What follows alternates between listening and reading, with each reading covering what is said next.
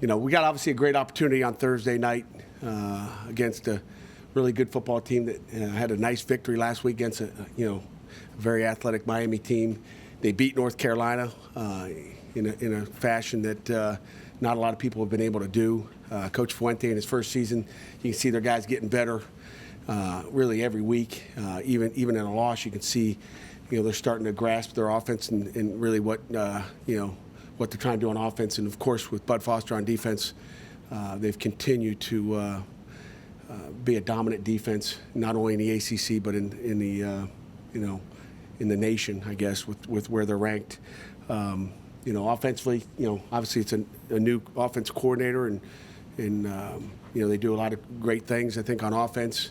They're going to take what you give them, I guess, and so they'll know what we're giving them, and it'll be a great game of cat and mouse.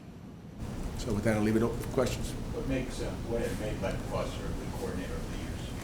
You know what? He's aggressive. I think probably the most important thing about Bud is he does what he does. He doesn't get too fancy. They're a 4-2, 3-4, but they're very consistent in what they do. They're very disciplined. They play smart. They know how they fit. I think anytime you're together that long with a group of guys that you've recruited and really built a defense around, what you want to do, that you'll be pretty good. And they got a great cast of players on defense, from the back end all the way to the front, with missing 2 guys last week against Miami. They come in with the backups and they look like the starters. So they've got it going. Those 2 Edmonds brothers, those 2 guys you really have to watch. There's a bunch of them you got to watch. There's 11 of them out there, but it starts up front. But the safety and linebacker, good players. I mean, no doubt about it. Got a lot of respect. They wouldn't be in the top 10 if they weren't. Is this the best defense you've faced so far this year? Yeah, I know I made that comment earlier. I don't know who it was against, but every week it seems like you play a good one. But based on the stats, without a question. And again, there was another good defense. Not sure who it was earlier a couple weeks ago, but without a doubt, they're aggressive, they're athletic, they're smart, and they play. They're playing fast football. You guys have faced a couple sort of potent mobile quarterbacks already with McSorley and Justin Thomas. How does Jerron Evans compare to those guys, and what kind of challenges does he pose as a runner? He's bigger than those guys. I think that's the first thing. Is he's a more physical runner. You saw that last week, and he's very efficient with the ball. I mean, he's thrown 1 or 2 picks, so he's not careless with it. He's gonna, he'd rather take it down and run and try to gain some yards instead of throwing it to us. He's a good football player. How do you compare him? That's your job. I don't compare. I just know he's a guy we got to stop, and he's very talented. Pat, playing at home at night against a ranked opponent, lots of conference implications. How significant does this game feel to you? It's significant, but it's no more significant than last week's game. But it's it's important. It's in Heinz Field. It's our home. We expect rain or shine for the Panther Nation to come out and support us. It'll be a great opportunity. I mean, I don't know if people you understand where you are. I told our kids after practice today, it's right there for you. The pursuit and what you want is right there for you. It's there for the taking, and everything you wanted to do beginning of the season is sitting right in front of you on this Thursday night. So it should be an electric crowd. You got 2 5-2 football teams battling Thursday night. So it's the only show, at least at 7 o'clock. I don't know if there's a later game out west, but it's going to be a big game. It's huge. Does it feel like a must win if you want to get to the conference title game? Yeah, I would say so. Based on how things look, and I think every ACC game is a must-win as we go on. As far as what you want to do, you're 5-2 football team, and each one of these games is important. Pat, going back to the hiring process, we decided to make Coach Kennedy your offensive coordinator. The offense where it is now, is this the vision that you guys have talked about, or has it evolved in a different direction? This is kind of what we talked about. This is what we thought we had. It's not like Matt, woke up during the summer and said, "Hey, let's run this. Let's try this." He's a very creative guy, and it's power football, it's zone football. You're seeing a lot of 2-backs, a lot of movement around. Maybe a lot of 3-backs if you count that guy in motion.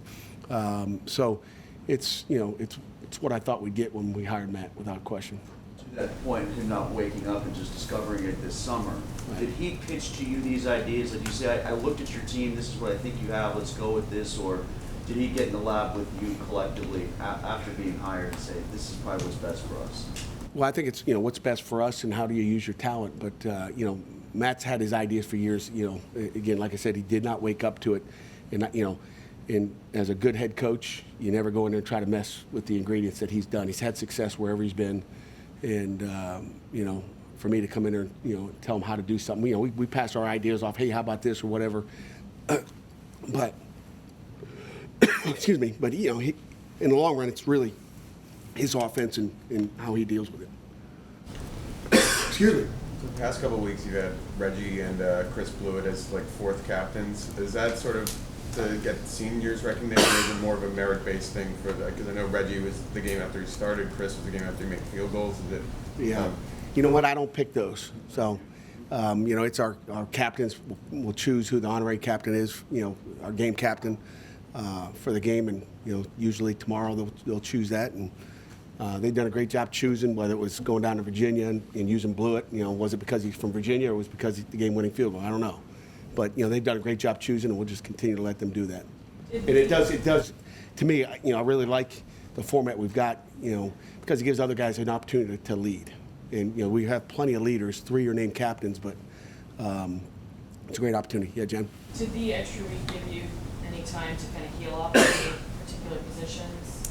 Not in any particular positions, but it definitely gave our entire team a chance to get fresh, get healthy, and coaches, as well, to get ready for the long haul here, the next 5 games. I think it was perfect timing. Is Virginia Tech's passing game much different under Fuente than it was a year ago?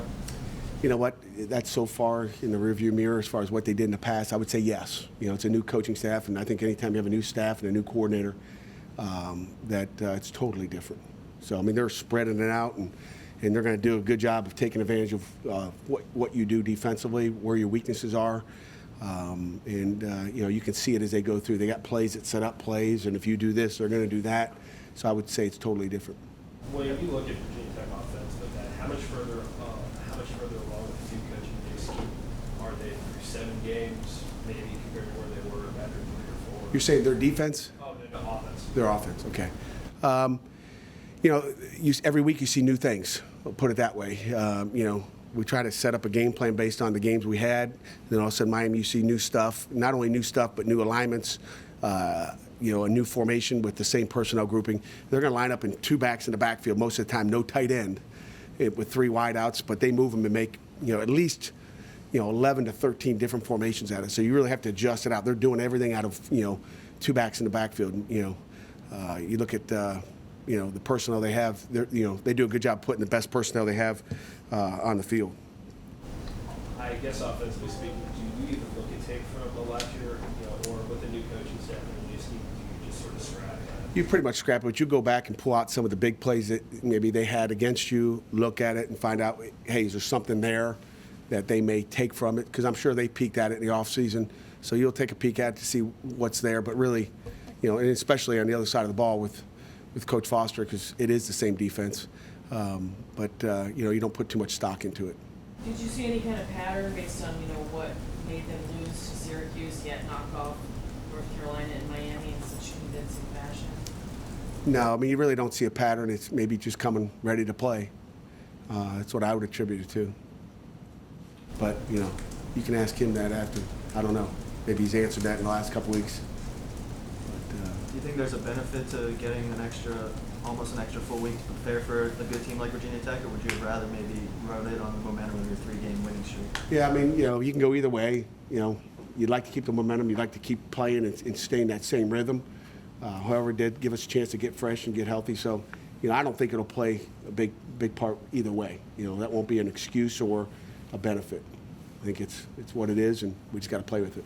Pitt historically has had some pretty good success against good ranked Virginia Tech teams coming in to Pittsburgh over the years, obviously before you were here. So do you think that can maybe help boost any confidence, even though it was a different game? If we need the past to help with our confidence, then we've probably got issues. If we're going to say, hey, we got a chance to win because this is what happened in the past, it doesn't matter. This is a new football team. It's, they're coming in here. They've never come in here, in the October of 2016 to play us. So they get a chance to come here, and it's a new show, in my opinion. You've played most of the season without 2 of your 3 starting linemen. The 2 guys who started, the 3 guys who started the season at linebacker. linebacking core with the depth to help you to do what you're trying to do? You know, I mean, you're juggling new guys in there every week. It's a different guy that's out or moved in there. You know, Galambos has been I think he's here today too somewhere. But he's been the mainstay in there. We need to keep that going. But you know, Coach Harley's kept those guys together, and it seems like every week, whether it's Salim Brightwell or Caprera in there, Sean Udoa, I mean, they've done a great job of going through and being the next man up mentality. You're happy with your depth at that position? Yeah, I mean, you're never happy, you know. I mean, never happy to any position, really, depth-wise. You'd like to have more. But, you know, as happy as you can be. It's what we got. It's all we got. We can play with what we have. How big of an asset has Sean been in pass coverage since he is tasked with covering the slot receivers quite often? He's done a nice job out there. He's very sound. You know, we just got to keep that going. But you know, obviously, if he's a starter, we're happy with what he's been giving us out there. Obviously, Coach, Virginia Tech just snuck back into the rankings at number 25, so do you think that that could help if you guys pull off this win, maybe get you guys more recognition nationally, if having the actual first-ranked win of your career at Pitt? You know, I don't worry about the rankings, you know, because it doesn't matter. You know, shoot, they had Houston way at the top of the rankings and didn't have them getting beat until the last game of the season. So, you know, all that stuff doesn't matter. We just got to take care of business one by one. I don't care about rankings, don't care about respect. You earn respect, and we get an opportunity to earn it Thursday night. And shoot, they may not rank us again, doesn't matter. You know, we just keep plugging away and do what we do, and things will happen. You get a sense of your program gain respect, not just nationally, but locally, and you talking to people, you know, recruiting, things like that? You know what, you know, I don't really bother with that stuff. I mean, guys, you know, pat you on the back. That's, you know, they'll pat you on the back 1 second, whether you're going to school and they say, hey, great year. You know, I really don't listen to that stuff. It doesn't really matter. I mean, respect. Every day you're looking for it, trying to get more. When you prepared your team mentally and emotionally for a game like this, that with the implications that it has, do you maybe build it up a little bit more, or do you try to aim for kind of what you do with every game to try not to? Yeah, Craig, I think it's just like any other game. It's a big game, but so was last week and the week before, and you know, all the way back to September 3rd and September 10th. I mean, everyone is like that. We try to treat them all very similar. You know, every game's got a little bit new twist to it. But you know, try to keep it consistent as far as what we're doing, and play them like that. Are you much of a fan of these Thursday night games? Only, you know, obviously you go on your road trip out for the 5 week, but in some situations you'll have a 5-day break. Yeah, I'm great with Thursday nights when you don't play the week before. I can tell you that, you know, because we got a couple days extra to prepare and get some new stuff in, and then you've got a couple days after the game to get ready for the next one. So really, it's perfect timing with the bye. And I'm not a fan of playing on a Saturday and then playing again on a Thursday. And Virginia Tech did an excellent job of getting their guys prepared for Miami last week on a short week. That's another impressive thing about what they did, and they didn't cut back on what they did. They did more. So that was impressive. Any final questions? Matt, what did you like the second half of your last game defensively, and how do you talk to the kids about carrying that over?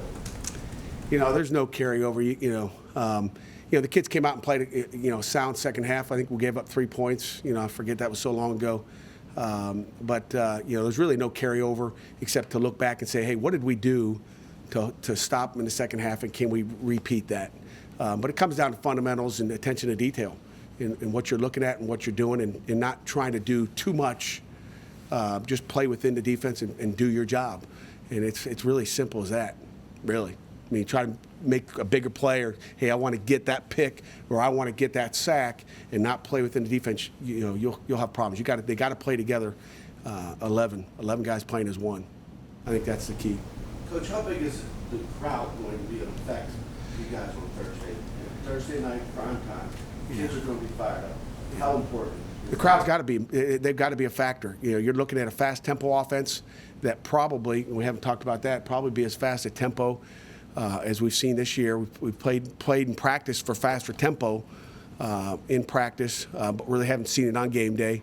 most people want to go fast. They want to speed up to slow down so they can look to the sideline, getting a good play. But they don't look to the sideline a whole bunch. Every once in a while, you'll see Jared kind of peek over and get a little look. The offense coordinator stands about 10 yards in front of the offense, so he doesn't have to do this. He's over there. But there's not a whole lot of looking to the sideline, so we expect plays to be snapped somewhere between 10 and 15 seconds. And if we get 20 to 25, it'll be a difference. But a loud crowd can be an effect on Thursday night, and it needs to be an effect. Pat, you said you let the team pick what uniforms you wear. Is that right? Yes. And what day of the week do they make that decision? Usually on Tuesday, Monday or Tuesday.